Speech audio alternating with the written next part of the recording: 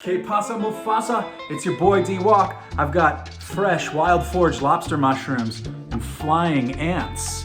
Yes, this is a pre-Columbian feast of the highest magnitude, and I'm gonna be making tacos with these wild-foraged indigenous ingredients that come from the hills around San Cristobal de las Casas.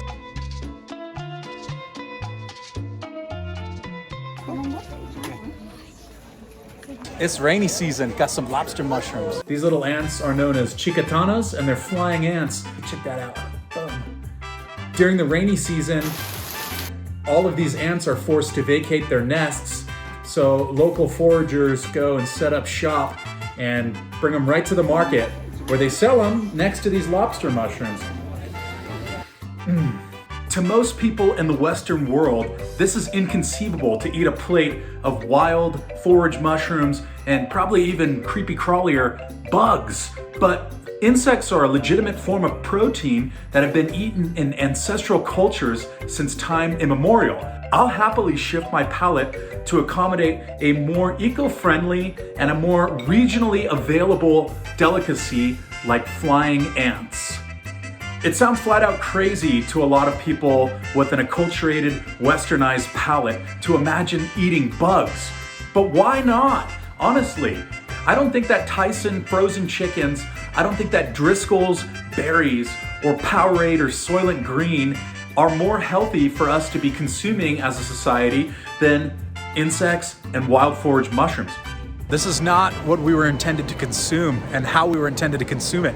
I do not believe it for a second. In fact, I think wild lobster mushrooms that come regionally from the hills around where I live here are probably a lot healthier for consumption than all of the aforementioned items. Now, beyond that, not even looking at what's in the food, what about the global supply chain that is required in order for that food to reach my house? Shipped across the world from factory to warehouse, across road networks, and through ports, and labored over by poorly paid workers who are probably not pining to be there in the first place. In learning how to adjust our palates into eating what's locally available and what's wild crafted and abundant all around us. What are you doing in there, dude? I'm foraging for mushrooms. There's like 13,000 different varieties here. 300 you can eat. We've probably seen 100 of them today already. We're also promoting conservation of biodiversity, and we're promoting indigenous autonomy. And voila, lobster mushrooms. That's all you're looking for. So stick around, check it out. I'm gonna whip up a pre-Columbian feast of these chicatana little flying ants and wild foraged lobster mushrooms here in paradise in southern Mexico. Okay, definitely gonna wanna make sure to wash these mushrooms. These are wild foraged as previously noted, which means there's little bug entry and exit wounds in them, and who knows what else going on. So thoroughly wash your wild foraged fungi with clean filtered water. Also, in the spirit of doing everything locally, I'm gonna be extra. I'm making my own hot sauce here. This has been fermenting for 4 days. It's the most basic recipe. Just got jalapenos bought from the same indigenous market as the other ingredients. And I put in a little bit of vinegar and some water and salt, and that's it. I'm gonna blend it up right now. This is going on top of the tacos just to really round out the vibe.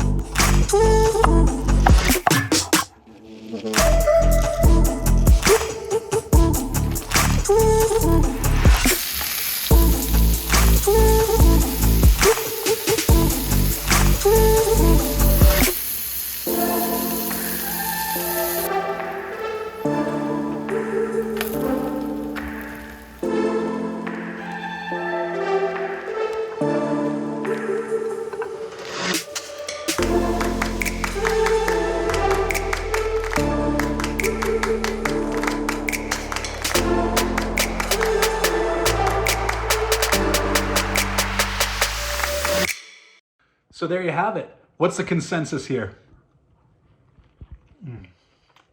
The lobster mushrooms have a really deep, smoky, earthy flavor to them, and juxtaposed with the crispy, crunchy, almost peanut-like flying ants. I'm not saying it's a Michelin star effort, but I'm also not saying we're that far off here. I'm pretty stoked about what we've accomplished here today.